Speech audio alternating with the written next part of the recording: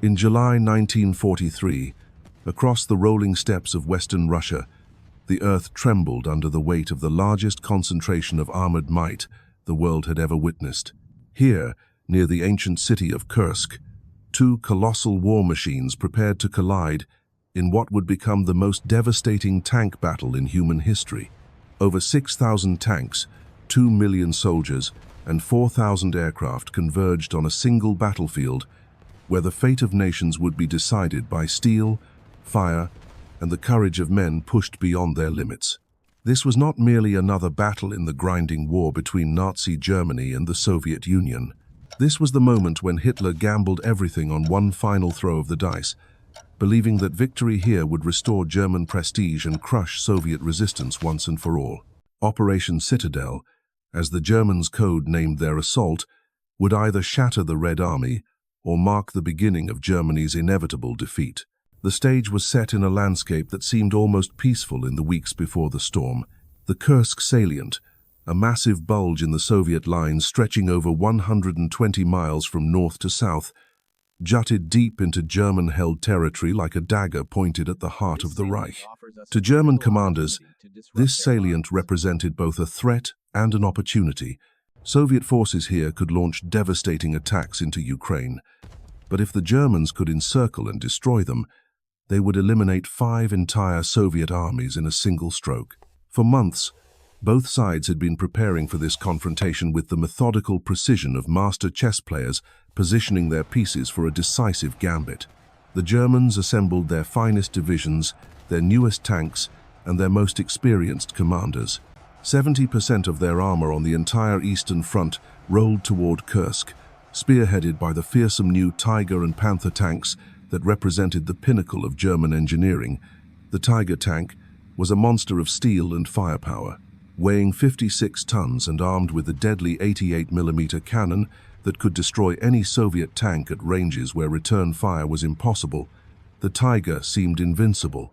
Its massive armor could shrug off most enemy shells, while its precision optics allowed German crews to deliver knockout blows with surgical accuracy. Yet this technological marvel came with a price.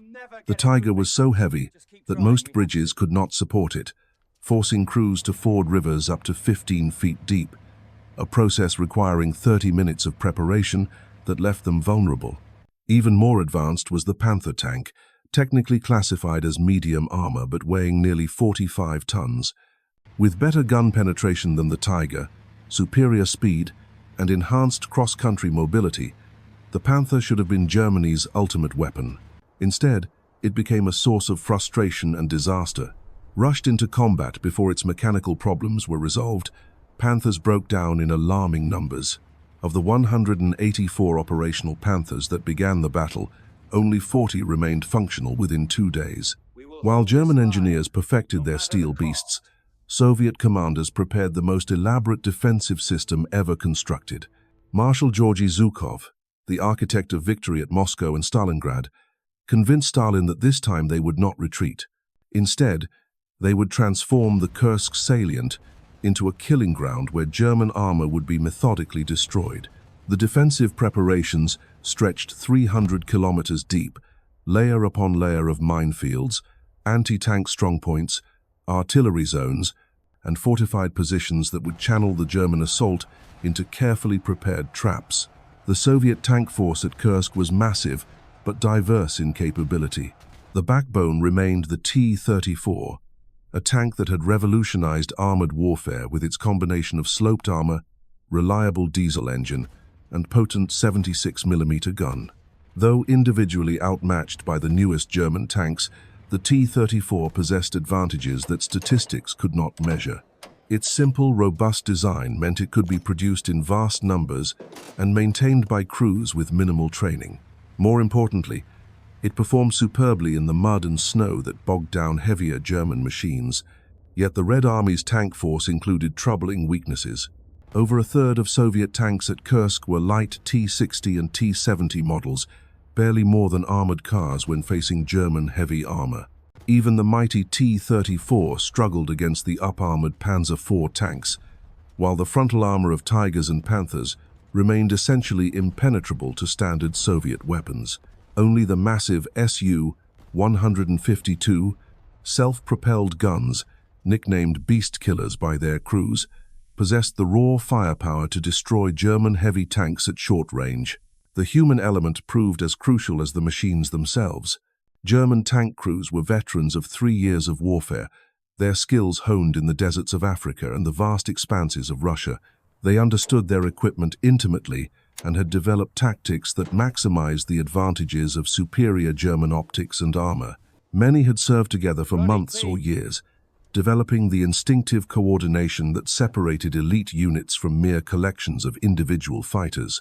Soviet tank crews, by contrast, represented the full spectrum of experience and training.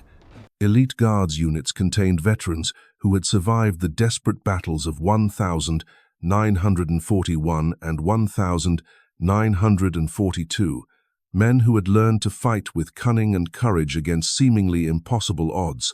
Yet many crews were recent conscripts, hastily trained on equipment they barely understood, thrown into battle because the Soviet Union's survival demanded every available man and machine. The air above the battlefield promised to be equally contested.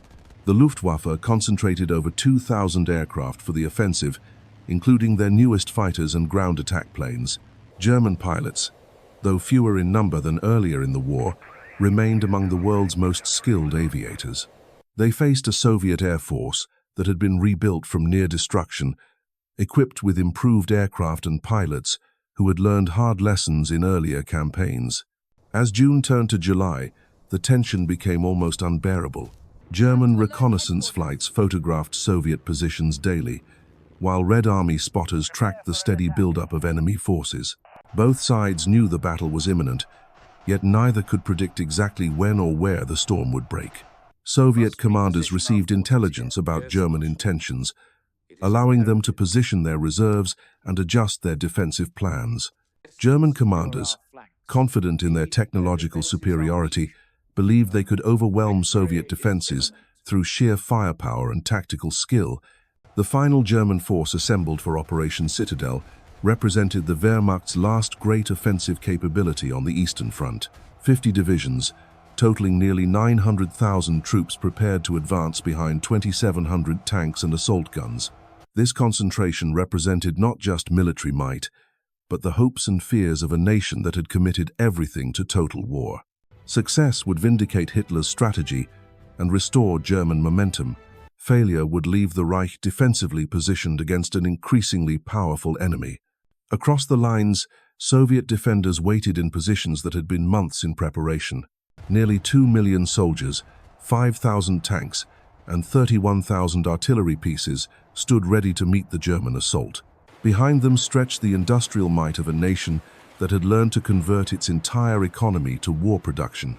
Soviet factories were producing 4,000 tanks per month, a rate that dwarfed German output and ensured that losses could be rapidly replaced.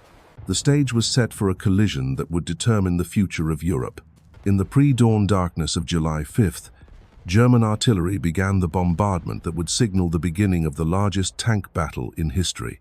The thunder of German guns shattered the pre-dawn silence, sending fountains of earth and fire erupting across Soviet positions. For 90 minutes, the most concentrated artillery barrage on the Eastern Front since the opening of Barbarossa hammered the forward trenches. The ground shook as if the earth itself was convulsing, while smoke and dust rose in towering columns that blotted out the rising Sunday. This was the moment both armies had anticipated and dreaded, the opening chord of a symphony of destruction that would reshape the war. As the barrage lifted, the first waves of German armor emerged from their assembly areas like steel leviathans awakening from slumber. Panzer divisions that had carved their names into the history of modern warfare rolled forward in tight formations, their commanders confident that superior technology and tactical skill would once again prove decisive. The 4th Panzer Army struck from the south while Army Detachment Kempf attacked from the southeast, their movements coordinated with the precision of a master clockmaker. From the north, the 9th Army under General Walter Model launched its own assault, though Model himself harbored deep reservations about the entire operation. Unlike his southern counterparts, Model had studied Soviet defensive preparations with growing unease. His intelligence officers reported defensive positions of unprecedented depth and complexity, protected by minefields so dense that clearing them would require days under constant fire. The initial German advance met resistance that exceeded every prediction. Soviet defenders dug into positions they had spent months perfecting, absorbed the assault with stubborn determination. Anti-tank guns, carefully concealed and expertly sighted, opened fire at ranges where German tanks expected easy passage. The crack of high-velocity cannons echoed across the battlefield as armor-piercing shells sought their targets with lethal precision. Yet it was the minefields that proved most devastating to German momentum. Engineers had calculated that clearing paths through Soviet defenses would take hours, not days. Instead, they encountered mine densities that approached 1,000 devices per kilometer of front.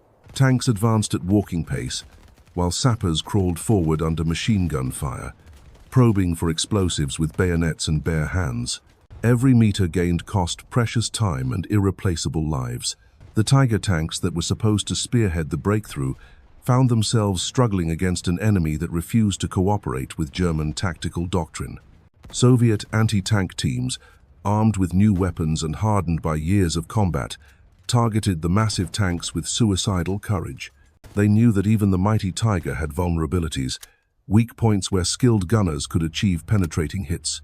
Track wheels, vision ports, and engine compartments became priority targets for defenders who understood that stopping even one Tiger could disrupt an entire attack formation. Meanwhile, the vaunted Panther tanks that represented Germany's technological future began breaking down in alarming numbers. Transmission failures, engine fires, and steering problems plagued units that were supposed to demonstrate German engineering supremacy. Crews watched helplessly as their advanced machines became immobile targets. Abandoned on battlefields they were meant to dominate. Within hours of the opening assault, Panther companies reported combat effectiveness dropping to dangerous levels. The Soviet response revealed a level of tactical sophistication that surprised German commanders. Rather than simply absorbing punishment in static positions, Red Army units conducted calculated withdrawals that drew attackers into prepared killing zones. Artillery batteries, pre-registered on every approach route, unleashed devastating barrages timed to catch German formations at their most vulnerable moments. The Katyusha rocket launchers, nicknamed Stalin's organs by German troops, added their distinctive shriek to the growing crescendo of destruction. Soviet tank units, positioned in carefully chosen defensive positions, waited for German armor to close to effective range before opening fire. The T-34 crews had learned bitter lessons about engaging Tigers and Panthers at long distance. Now they fought from prepared positions that maximized their advantages in close-range combat. Ambush tactics, developed through years of desperate fighting, allowed lighter Soviet tanks to engage German heavyweights on more equal terms. The fighting grew increasingly vicious as German spearheads penetrated deeper into Soviet defensive zones. Villages that had seemed insignificant on planning maps became crucial objectives, their capture requiring hours of house-to-house combat. Soviet infantry, fighting with the desperation of men defending their homeland, contested every building, every street, every basement. German assault troops, accustomed to rapid advances and quick victories, found themselves grinding forward at enormous cost in time and casualties. By the end of the first day, German commanders realized that Operation Citadel was not unfolding according to plan. Advances measured in kilometers rather than the dozens of miles anticipated by higher headquarters. Tank losses, particularly among the irreplaceable Tigers and Panthers, exceeded acceptable rates. Most troubling of all, Soviet resistance showed no signs of weakening despite the punishment being inflicted. The battle's intensity escalated on the second day as both sides committed additional reserves. German commanders, recognizing that breakthrough required maximum effort, ordered their best formations forward regardless of cost. The elite Waffen-SS divisions, including the feared Leibstandarte and Das Reich, prepared for assaults that would either achieve decisive victory or exhaust Germany's offensive capability entirely. Soviet defenders, reinforced by fresh units moved up during the night, prepared to meet these renewed attacks with equal determination.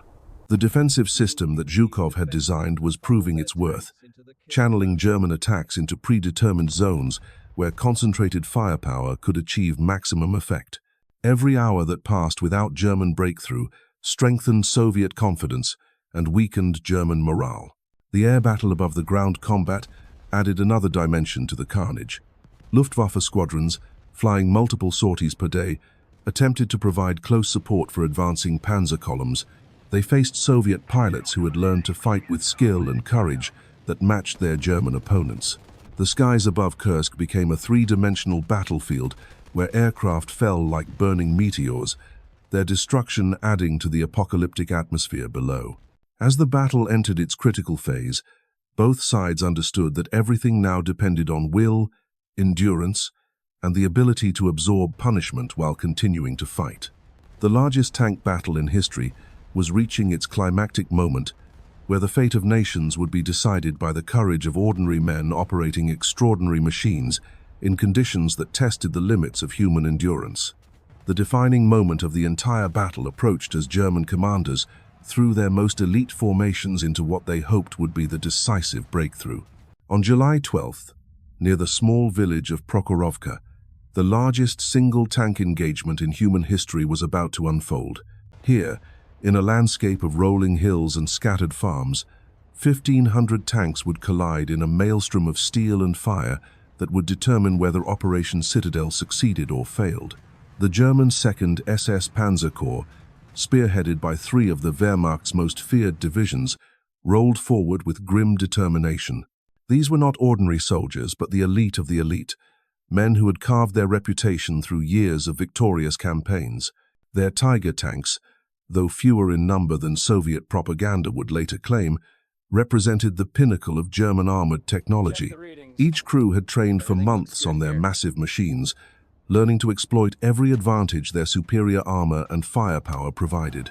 Facing them across the undulating terrain came the Soviet 5th Guards Tank Army, a formation rebuilt from the ashes of earlier defeats and now commanded by officers who had learned the harsh lessons of modern warfare.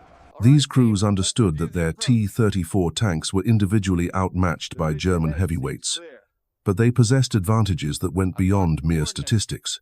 They knew this ground intimately, had studied every fold in the terrain, every depression that could provide cover, every rise that could serve as a firing position. As dawn broke on July 12th, the temperature was already climbing toward what would become a scorching summer day. Inside their steel coffins, tank crews sweated in the stifling heat as engines roared to life and tracks began to churn the dusty earth. The air filled with the acrid smell of diesel exhaust and cordite, as both armies prepared for what everyone sensed would be the battle's climactic moment. The German attack began with methodical precision. Tiger and Panzer tanks advancing in wedge formations, designed to concentrate maximum firepower at breakthrough points. Their commanders had studied Soviet defensive tactics and believed they understood how to counter them. What they had not anticipated was the ferocity and tactical sophistication of the Soviet response. Soviet tank commanders, rather than waiting passively for the German assault, launched their own attack directly into the advancing enemy formations. This was not the desperate charge of inexperienced crews, but a calculated gamble by officers who understood that close-range combat would neutralize German advantages in armor and optics. If they could force the battle into a point-blank slugfest, Soviet numerical superiority might prove decisive. The two armored masses collided with an impact that could be heard for miles. Tank guns boomed with deafening frequency as crews fired as rapidly as their loaders could handle ammunition. The narrow valley became a cauldron of destruction where visibility dropped to mere yards through clouds of dust and smoke. Tanks maneuvered desperately to avoid enemy fire while seeking favorable positions for their own guns. The chaos was indescribable. Crews found themselves engaging targets at ranges so close that ricochets from their own shells endangered nearby friendly vehicles. Tank commanders, trying to direct their drivers through the melee, shouted orders that were lost in the thunderous cacophony of battle. Men fought with the desperate intensity of those who understood that survival depended on killing their enemies before being killed themselves. German Tiger crews, accustomed to engaging Soviet armor at comfortable distances, suddenly found themselves surrounded by T-34 tanks firing from multiple directions. The Tiger's thick armor still provided protection, but their slow traverse rates and limited visibility became serious disadvantages in the swirling close-quarters combat. Soviet crews, exploiting their superior mobility, darted between German positions like wolves attacking a wounded bear. The psychological impact proved as devastating as the physical destruction. Tank crews on both sides, trained to fight as part of coordinated units, found themselves isolated in a battle where communication became impossible and mutual support broke down. Individual tank commanders made split-second decisions that determined not only their own survival, but the fate of the broader engagement. As the morning wore on, the battlefield became littered with burning wrecks and disabled vehicles. Tanks that had dominated earlier engagements lay twisted and smoking, their crews either dead or fleeing on foot across the contested ground. The mechanical breakdown rate soared as engines overheated, transmissions failed, and tracks snapped under the strain of continuous high-speed maneuvering. Soviet T-34 crews demonstrated remarkable tactical flexibility, using their tanks' agility to exploit every weakness in German formations. When direct frontal attacks proved futile against Tiger armor, they maneuvered to strike at side and rear armor where penetration was possible. Teams of T-34 seconds coordinated their attacks, with some tanks drawing German attention while others moved to flanking positions. The German response revealed both the strengths and limitations of their tactical doctrine. Individual Tiger and Panzer crews fought with skill and determination, their superior training evident in every engagement. Yet their doctrine emphasized methodical, coordinated advances that became impossible to maintain in the chaotic close-quarters battle. German commanders found their carefully planned formations dissolving into individual duels between tank crews. By midday, the temperature inside the tanks had become nearly unbearable. Crews fought in conditions that tested the limits of human endurance, their vision blurred by sweat, their hearing damaged by the constant firing of main guns in enclosed spaces. Men collapsed from heat exhaustion while their comrades continued fighting, loading shells and operating equipment with hands that shook from fatigue and terror. The tide of battle shifted moment by moment as first one side, then the other, gained temporary advantages. German Tigers would clear a section of ground, only to find themselves outflanked by fresh Soviet reserves moving up from concealed positions. Soviet advances would penetrate German lines, only to be met by devastating counterattacks from Panzer formations that had reorganized in nearby villages. The air above the ground battle became equally contested as aircraft from both sides attempted to influence the outcome. German Stukas dove through intense anti-aircraft fire to attack Soviet tank concentrations, while Soviet Sturmovix strafed German armor with cannon and rockets. The sky filled with the trails of burning aircraft as pilots pushed their machines beyond normal limits in support of their comrades below. As afternoon approached, both sides began to show signs of exhaustion. Tank units that had begun the day at full strength were reduced to scattered survivors fighting individual actions across the churned battlefield. Ammunition supplies ran low as crews burned through shells at rates no planner had anticipated. Fuel shortages forced some tanks to halt in exposed positions where they became easy targets for enemy fire. The human cost mounted with each passing hour. Tank crews who survived the destruction of their vehicles found themselves fighting as infantry across ground that offered little cover from enemy fire. Medical personnel risked their lives to evacuate wounded men from burning tanks, often under direct fire from enemies who showed no mercy for non-combatants. Yet neither side showed any willingness to break off the engagement. Too much depended on the outcome of this single battle for either commander to accept anything less than total victory. German officers, knowing that failure here would end any hope of strategic success for Operation Citadel, urged their men forward despite mounting casualties. Soviet commanders, equally aware that defeat might open the road to Moscow, committed their last reserves to hold the line. The battle raged on as shadows began to lengthen across the contested ground, both armies locked in a death struggle that would determine the future course of the war. As evening approached, the battlefield at Prokhorovka had become a graveyard of twisted steel and shattered dreams. The ground, once covered with summer grass, was now churned into a hellish mixture of mud, oil, and blood. Hundreds of tanks lay scattered across the terrain like the bones of prehistoric beasts, some still smoldering, others eerily silent in the gathering dusk.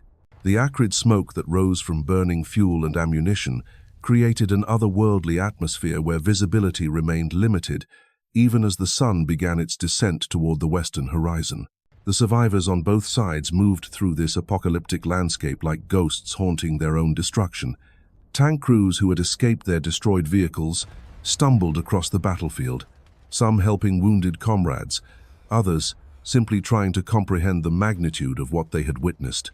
Many were in shock, their faces blackened with smoke and grime, their eyes holding the 1,000-yard stare of men who had looked into the abyss and somehow survived. German commanders, surveying the carnage from their command posts, began to grasp the true cost of their gamble. The 2nd SS Panzer Corps, once the pride of the Wehrmacht, had been bled white in the furnace of Prokhorovka. Of the nearly 300 tanks that had entered the battle that morning, fewer than half remained operational. More critically, the irreplaceable Tiger tanks that had been Germany's technological ace were now scattered as burning wrecks across the Soviet countryside. The Panther tanks, supposed harbingers of German technological supremacy, had failed catastrophically. Mechanical breakdowns continued to plague the survivors, with transmission failures and engine fires claiming more vehicles than enemy action.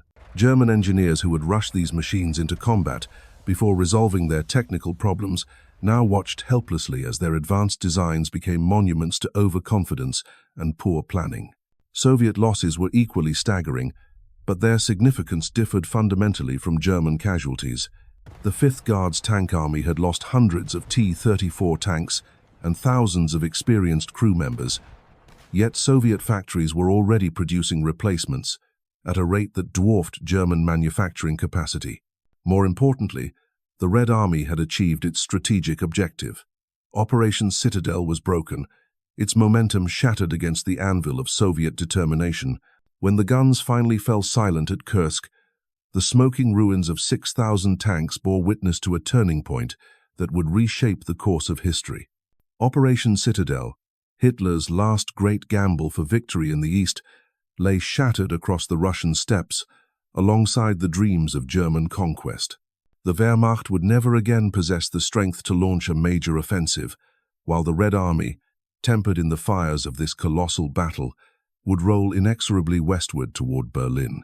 In 8 days of unprecedented carnage, the fate of nations had been decided not by grand strategy or political maneuvering, but by the courage of ordinary men who fought with extraordinary determination in the world's greatest clash of armor.